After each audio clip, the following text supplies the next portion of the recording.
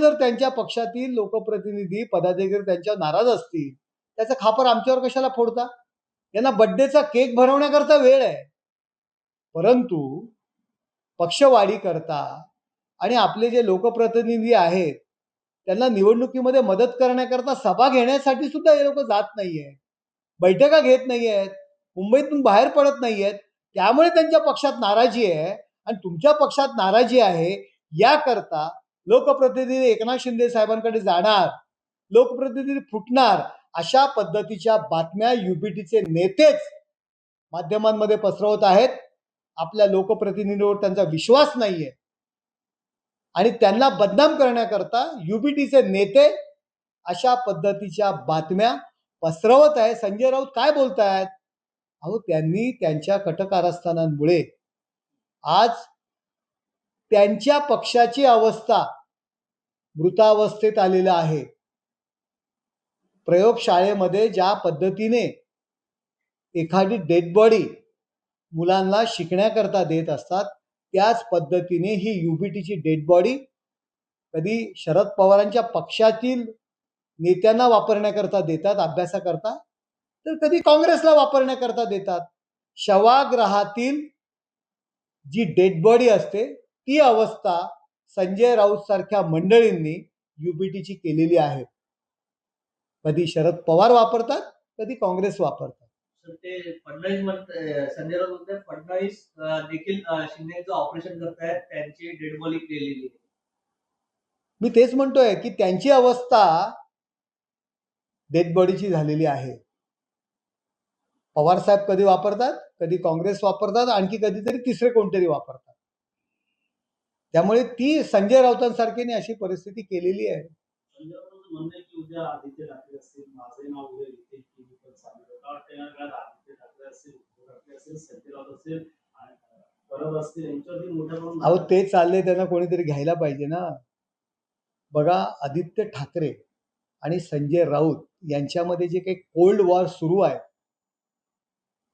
संजय राऊत स्वतःच म्हणतात माझं नाव घेतील, म्हणजे हे प्रेशर टॅक्टिक्स खेळत आहेत संजय राऊत. या दोघांमधील जी कोल्ड वॉर सुरू आहे त्याचे हे परिणाम आहेत या सर्व बातम्या. संजय राऊतांचं स्थान आदित्य ठाकरेंसारखा युवा नेता जर त्यांच्या भूमिकेवर संशय घेत असतील, त्यांना जाब विचारत असतील, तर संजय राऊत दुर्दैव आहे आपलं. आणि या दोघांमध्ये जे काही कोल्ड वॉर सुरू आहे त्यामध्ये त्यांच्या पक्षाची अवस्था अत्यंत आणखी वाईट होणार आहे. जर आले तर खरोखर तुम्ही स्वागत कराल का? कारण जेवढे संख्या उरली त्या हे बघा, सध्या परिस्थितीला आम्ही आमच्या घरी सुखी आहोत, आमचं कुटुंब आणि आम्ही भले आहोत. त्यामुळे सद्यस्थितीला अशा काही कुठल्याही घडामोडी सुरू नाहीये. ठेविले अनंते तैसेची सगळ्यांनी राहावे, एवढंच या ठिकाणी मी. वेगळा प्रश्न होता. गेल्या काही दिवसांपूर्वी कॉमेडियन कुणाल कामराचं गाणं सध्या चर्चेमध्ये आलं होतं आणि आज त्यांनी पुन्हा एकदा एक ट्विट केलेलं आहे की माफी मागणार नाही. जे काही गाणं त्यावेळेस केलं होतं ते फक्त एक भाग होता. कोण कुणाल कामरा आणि कुणाल कामराचं वक्तव्य किंवा कुणाल कामराने काय ट्विट केलं यामुळे आमच्या पक्षावर काय फरक पडतोय? आज देशामध्ये प्रादेशिक पक्षांमध्ये एक नंबरचा पक्ष आहे आमचा. महाराष्ट्रामध्ये प्रादेशिक पक्षांमध्ये एक नंबरचा पक्ष आहे. कोण कुठला कुणाल कामरा आणि काय विचारता कुणाल कामरा काय बोलला आणि कुणाल कामरानी काय गाणं केलं आणि ट्विट केलं?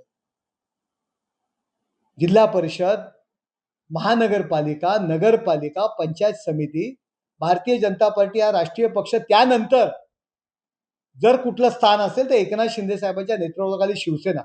इतक्या वर्षाची शरद पवार साहेबांची परंपरा आज ते कुठल्या कुठे गेलेत? काँग्रेस राष्ट्रीय पक्ष, त्यांची काय दयनीय अवस्था आहे. उद्धव ठाकरे रसातळाला गेलेत ते.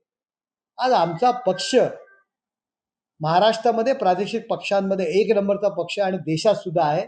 कोण कुठला कुणाल कामरा आणि याला आम्ही महत्व देत नाही. पुढचं बोला. गणेश नाईक जे आहेत शिंदे विरोधात पुन्हा एकदा आक्रमक झाल्याचं पाहायला मिळतं. एमआयडीसीचा जो वाद आहे त्या विरोधात गणेश नाईक आता रस्त्यावरती उतरणार असं म्हणतात. हे बघा, एमआयडीसी मध्ये जो काही SRAचा जो काही विषय आलाय त्याला त्याच दिवशी MIDCच्या CEO ला मी आणि स्वतः एकनाथ शिंदे साहेबांनी ती निविदा रद्द करायला सांगितलेली आहे. अशा पद्धतीत चालणार नाही. सर्वसामान्य माणसाला, प्रत्येक माणसाला त्या ठिकाणी राहणाऱ्याला घर पाहिजे, घर दिलं गेलं पाहिजे. SRAचे नियम जर तुम्ही त्या ठिकाणी लावले तर त्या ठिकाणी घर मिळणार नाही. हे एकनाथ शिंदे साहेबांनी ऑलरेडी ते टेंडर रद्द करायला सांगितलेलं आहे. जे काही अधिकाऱ्यांनी काढले होते. गणेश नाईक उशिरा जागे झालेत आणि त्या ठिकाणचे नगरसेवक सुद्धा आमच्या पक्षाचे आहेत. आम्ही त्यांची काळजी घेऊ. त्या ठिकाणी जर झोपडपट्टी आहे तर त्यांचा जर विकास करायचा आहे, कुठल्या क्लस्टरनी करायचा का SRAनी करायचा? प्रत्येकाला घर मिळलं पाहिजे हे महत्वाचं आहे. आम्ही काळजी घेऊ ना त्यांची. त्यांना काय तुम्ही हाकलून देणार आहात का? त्या ठिकाणी सुविधा तुम्ही त्यांना देणार नाहीत का? मग तुम्हाला त्यांना इमारतीमध्येच ठेवावं लागणार आहे. खालती जी काही घरं आहेत त्यांना खालती जमिनीवरती घरं देऊ शकता का? बघा, नाईक साहेब जर काही चुकीच्या पद्धतीने जे बोलले असतील, त्यांचा गैरसमज झाला असेल, एकनाथ शिंदे साहेबांनी सुद्धा जी काही निविदा निघाली होती त्याला विरोध केलेला आहे. ती निविदा रद्द करायला सांगितलेलं आहे. ठाकरे गटाकडून बोललं जातं की तारीख कशी जवळ आली त्यामुळे संभ्रम निर्माण करत चालले तिकडची लोक ताबडतोब त्या ठिकाणी. बघा, हे अरविंद सावंत बोलले. अरविंद सावंत सारख्या माणसावरती अशा पद्धतीने त्यांच्या बातम्या पसरवणं हे अरविंद सावंत यांनी तपासावं. पक्षांतर्गत त्यांचा विषय आहे. कोण झारीतले शुक्राचार्य आहेत की तुमच्या एकनिष्ठेवरती ते संशय घेत आहेत, याचा तपास अरविंद सावंत यांनी प्रथम करावा.